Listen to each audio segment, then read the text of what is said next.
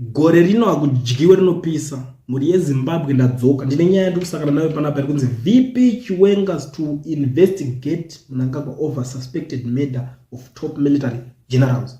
Ndiyo nyaya yandikusangana nayo iri kubuda nepavane vakomana veZim aya. Zvinhu zvakawanda a lot is happening in Zimbabwe right now. Zviri kutoti bata kuti why my generals vari kungofane zvinhu zvavasiri kuziva zvisiri kunzwisisika kuti chi what's going on. Ndiyo nyaya iri kunetsa munhu wese. Tese titoda kutozvinzwisisawo kuti chiri kunyatsa kuitika pano paZimbabwe. Tangana kulike this video kutira kuti vanhu vaya vaboyikane pane zvinhu zviripo panapa nhasi. Pari kupisa nyaya iri panapa ihombe. But inini zvangu ndindaboda kunyatsokunzwisisa kuti nyaya iyi iri kubva nekupi ichienda nekupi. Zvine mafacts mukati here zvekutaura zvine kachokwadi because most of the times unozotaka kuti ndiwewe wazi kune vamwe mafuta vanozobhowa futi ndangoti kunyebwa ndizvozobhowa futi mumereka system ikaka nyaya iri panapa kuabhaniswa senyaya ndeuku ripo. So inini I'm just reporting what is happening. Saka nyaya iripo ndekudai. So pari kunzi the political landscape in Zimbabwe has been marred by betrayal, dissent and bloodshed. At the center of the dark theater is Vice President Constantino Chiwenga and President Emmerson Mnangagwa, two men who have been risen to power through a shared history of military intervention. However, this one solid alliance now teeters on the brink of collapse, with Chiwenga facing a perilous choice to confront Mnangagwa or risk being consigned to the same fate as Joyce Mujuru, another victim of Mnangagwa's ruthless ambition. Chiwenga, the architect of the coup that deposed Robert Mugabe, was instrumental in installing Mnangagwa as Zimbabwe's leader. It was Chiwenga's military powers and the loyalty of the armed forces that gave Mnangagwa the throne. But power, once tested, breeds an insatiable hunger. Mnangagwa, now drunk on power, has become a callous, self-serving dictator willing to discard of or destroy anyone who poses a threat to his dominion. The suspicious death of several generals who played pivotal roles in elevating Mnangagwa to power should serve as stark warning to Chiwenga. These are not mere coincidences, but calculated moves by a man who sees anyone with a claim to power as an obstacle to be removed. Mnangagwa has shown that he is willing to go to any lengths to secure his position, even if it means eliminating those who were once his closest allies.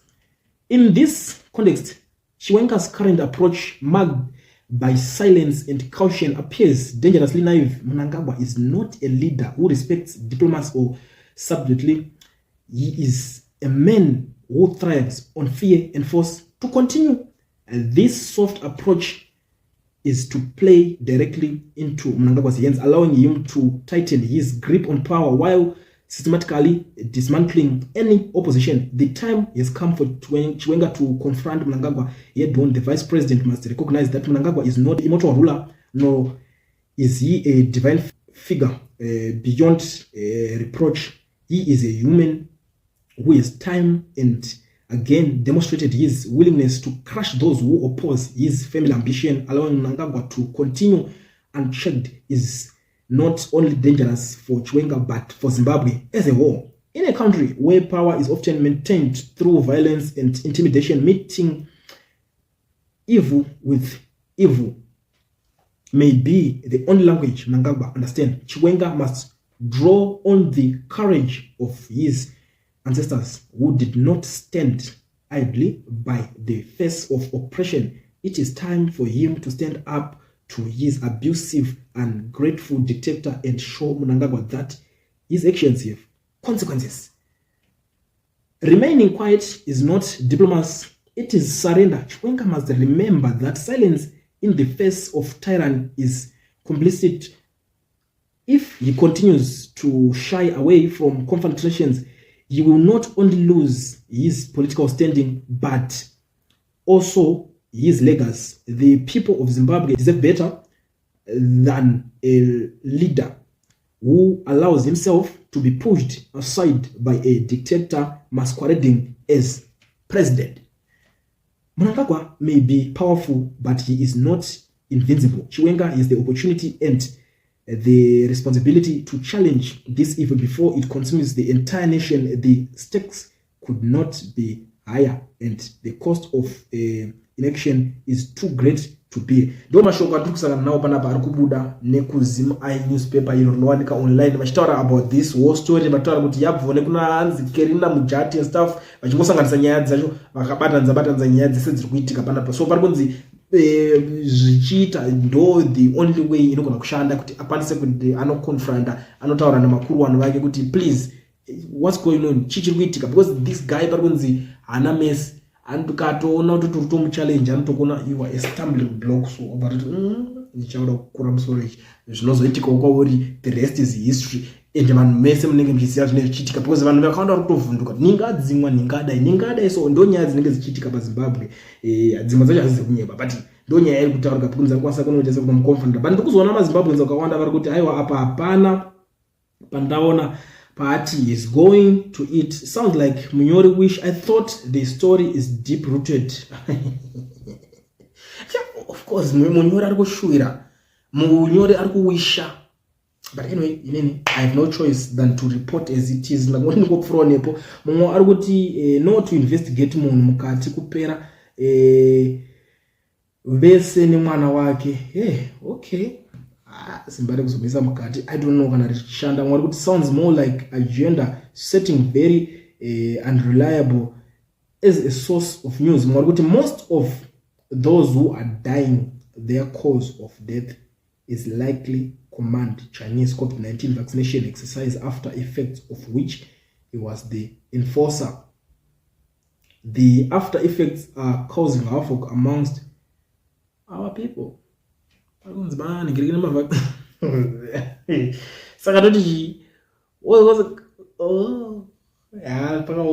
Alright, ndatry kunzwisa zvoti vanhu munhu ari kuti vanhu vaya vari kuningira maningirikini mavaccination anga achitestirwa pavanhu. Saka kureva kuti vanhu vakatopiwa maningirikini aya ndobva anonzi pavari aizidzemast. Saka iwo nekuda kupona nekuda kurarama anobva kuti ngatangire kusvika kuno kuti swakuruka izvi the rest vanozopuwawo papaya. Saka pamwe mumaningirimo munhu ndopa vakaisirwa zvinhu zvinodzima. I don't even know. But ndonyaya iri kutaurika pana pekutaura nevamwe vamwe vari kuti denatured zvakapera. You don't do a coup and appoint somebody else to run things. Gaddafi killed all the chaps who helped him come to power. He didn't learn and now his team perished. Murikuiona nyaya chikwa yawe pakutopawo muningirikina waningirikini mwari kuti sweet dreaming mukaimi munyika yani iyoyo. Who is he panyaya yeuku?